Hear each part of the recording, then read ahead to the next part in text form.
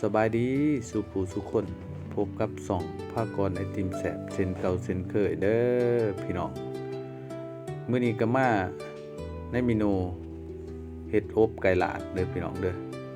ตื่นเช้ามาแม่บ้านเพิ่นก็กาเกียมเนาะนึ่งข้าวแตงกินเนาะพี่น้องเนาะแต่ว่ามื้อนี้สิมาในเมนูเห็ดอบไก่เด้อพี่น้องนะอบไก่ลาดพี่น้องแซ่บๆนำกันมื้อนี้นี่แม่บ้านเพิ่นก็ได้กาเกียมเอาไก่ที่เพิ่นตัดเป็นตอนเทลงหม้อเนาะพี่น้องเนาะนี่หลังจากนั้นเพิ่นก็เอาเครื่องปรุงเนาะนี่มันเป็นหมักเผ็ดผงเด้อพี่น้องอันนี้มันหอมเด้อพี่น้องเด้อหอมนี่สิมีหลายอยู่พี่น้องมีผักขะแยงมีสีไข่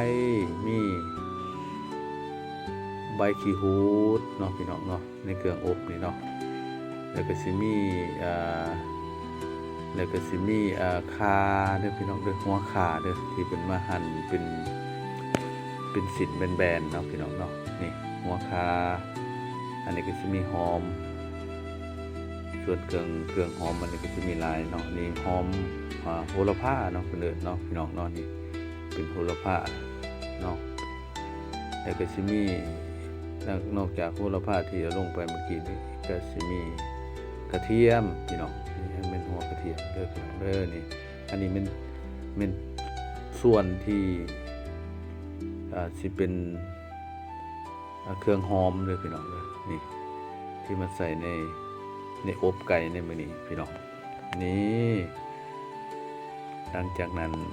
เพิ่นก็สิมีหมักเผ็ดไทยเนาะ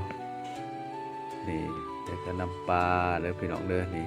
น้ำปลาสิไปก็พอประมาณเด้อพี่น้องเด้อการเฮ็ดอบไก่นี่ก็บ่มีสูตรตายตัวดอกพี่น้องเอาตามมักเนาะพี่น้องเนาะนี่ก็สิบ่มีสูตรตายตัวเด้อทุกท่านเด้อบ่ว่ากันเด้อแต่ละภาคแต่ละท้องถิ่นการเฮ็ดอาหารนี่ก็บ่คือกันเด้อพี่น้องเด้อนี่หลังจากนั้นก็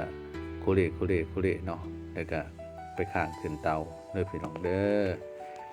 นี่หลังจากข้างขึ้นเตาแล้วในส่วนนี้นี่นะพี่น้องเพิ่นจะเฮ็ดขัวให้ซีนไก่นี่โฮดหรือว่าแห้งก่อนเด้อพี่น้องเด้อนี่ในระยะนี้เนาะนี่แม่บ้านเพิ่นก็โคเลเนาะเพื่อว่าบ่ให้เนื้อไก่นี่ติดก้นหม้อเนาะเพราะว่าบ่ทันได้ใส่น้ำเด้อพี่น้องเด้อนี่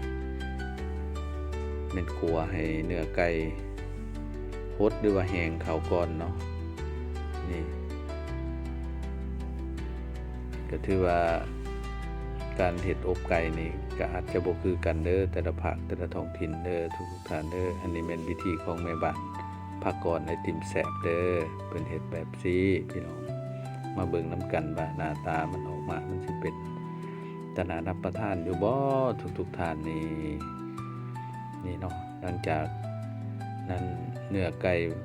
ก็เห็นว่ามันหดแล้วเนาะมันใส่ได้แล้วเพิ่นก็สิขั้นตอนต่อไปเพิ่นก็สิเอาน้ำมาใส่เนาะพี่น้องเนาะอันนี้เป็น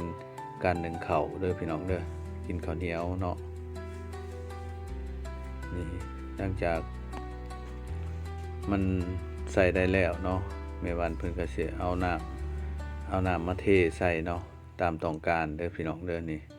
การอบนี่ก็สิบ่มีน้ำลายเนาะใส่ขั้นตอนต่อไปก็แม่นสิเอาฟ้าหม้อนี่ปิดไว้เนาะพี่น้องเนาะโอ้ปิดไว้จนกว่ามันไก่สุกหรือว่าจนเปื่อยสามารถรับประทานได้พุ่นน่ะพี่น้องเนาะนี่ฝากเด้อทุกท่านเด้อฝากกดไลค์กด